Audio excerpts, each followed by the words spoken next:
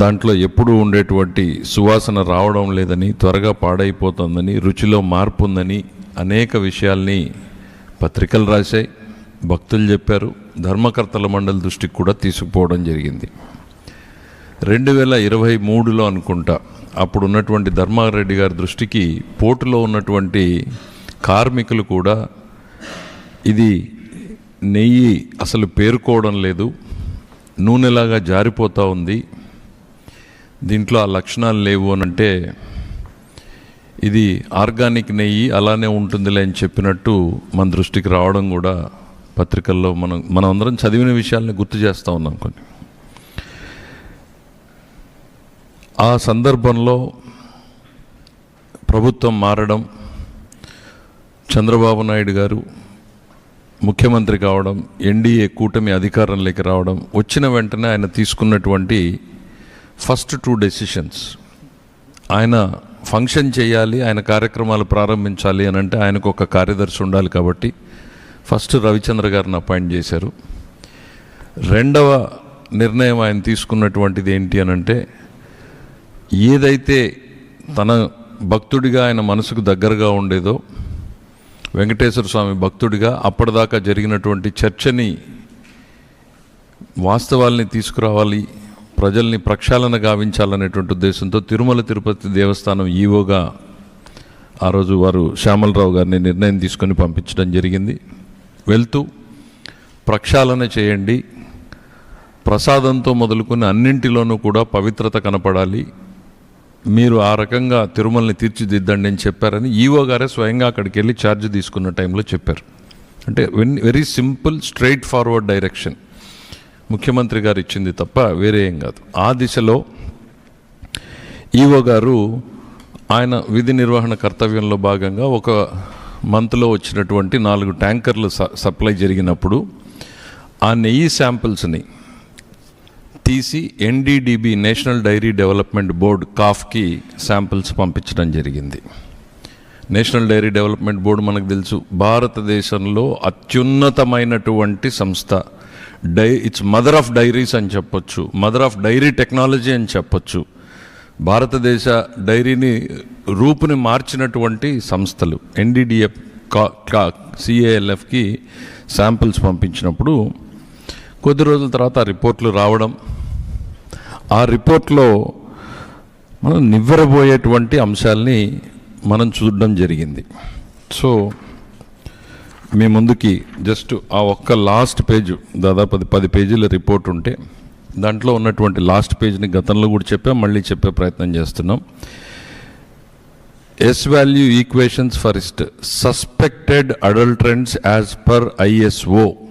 Suspected adulterants, ఇవన్నీ కల్తీ జరిగాయి అని అనుమానిస్తున్నాము అనేటువంటిది ఆ ల్యాబ్ రిపోర్ట్లో చాలా స్పష్టంగా ఉంది. ఒక 5 అంశాలని వాళ్ళు ప్రస్తావించారు. 5 అంశాల్లో మొదటి అంశం ఏంటంటే సోయాబీన్, సన్ఫ్లవర్, ఆలియల్, rapeseed, linseed, wheat germ, maize germ, cotton seed, fish oil.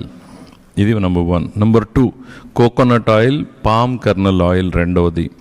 మూడోది పామ్ ఆయిల్ అండ్ బీఫ్ టాలో.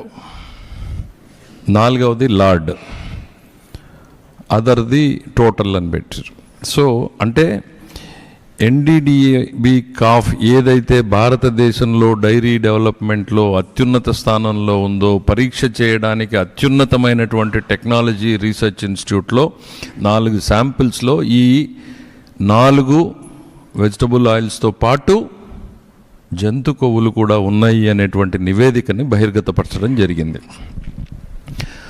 అది గౌరవ ముఖ్యమంత్రి గారి దృష్టికి రావడం, వారి మనసులో ఉండడం, ఎన్డీఏ శాసనసభ్యుల సమావేశం జరుగుతున్నప్పుడు ఒక ఆవేదనతో గౌరవ ముఖ్యమంత్రి గారు దాన్ని శాసనసభ్యుల ముందు పెట్టారు. గతంలో ఈ రకంగా జరిగింది, మనం ప్రక్షాళన చేస్తున్నామంటాం. ఆ తర్వాత పెద్ద చర్చనీయాంశం కావడం, ఆయనకు ఒక భక్తుడిగా ముఖ్యమంత్రిగా, భక్తుడిగాను బాధ్యత, ముఖ్యమంత్రిగాను ఆయన బాధ్యతది ప్రజల ముందు పెట్టాల్సినటువంటి బాధ్యతని అదే ఆయన నిర్వర్తించారు.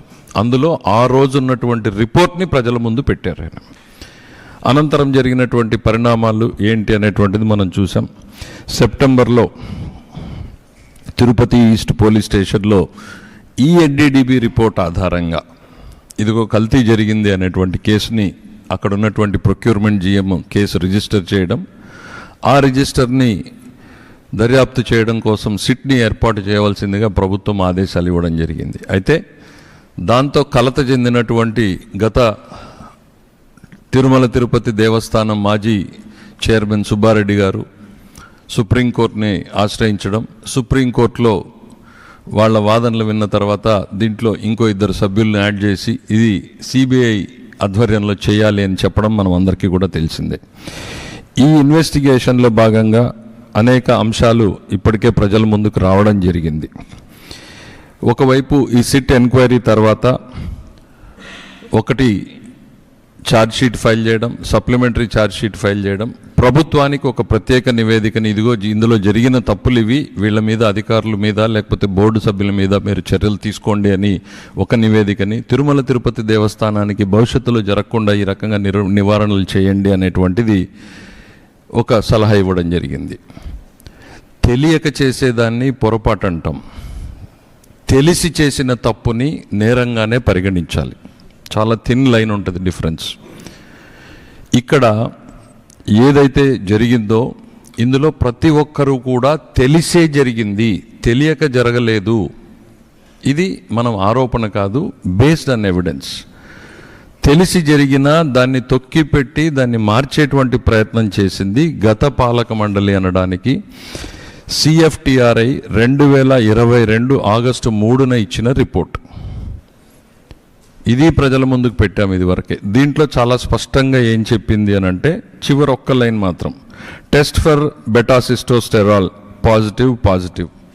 ఇప్పుడు ఏదైతే ఎన్డీడీబీ కాఫ్ టెస్ట్లో వచ్చిందో బెటాసిస్టోస్టెరాల్ ఉంటే ఇవన్నీ ఉండే అవకాశం ఉంది అని, దాంట్లో కన్క్లూజివ్గా రాకపోయినా బెటాసిస్టోస్టెరాల్ టెస్ట్ పాజిటివ్ అని వచ్చిందంటే దాదాపు ఆ డైరీ ఎక్స్పర్ట్స్ ఉన్నారు, ఆ డైరీ ఎక్స్పర్ట్స్ వీళ్ళందరూ దీన్ని ఈ సిఎఫ్టిఆర్ఐ రిపోర్ట్ని గత పాలక మండలి చైర్మన్ గారి దృష్టికి తీసుకెళ్లారు.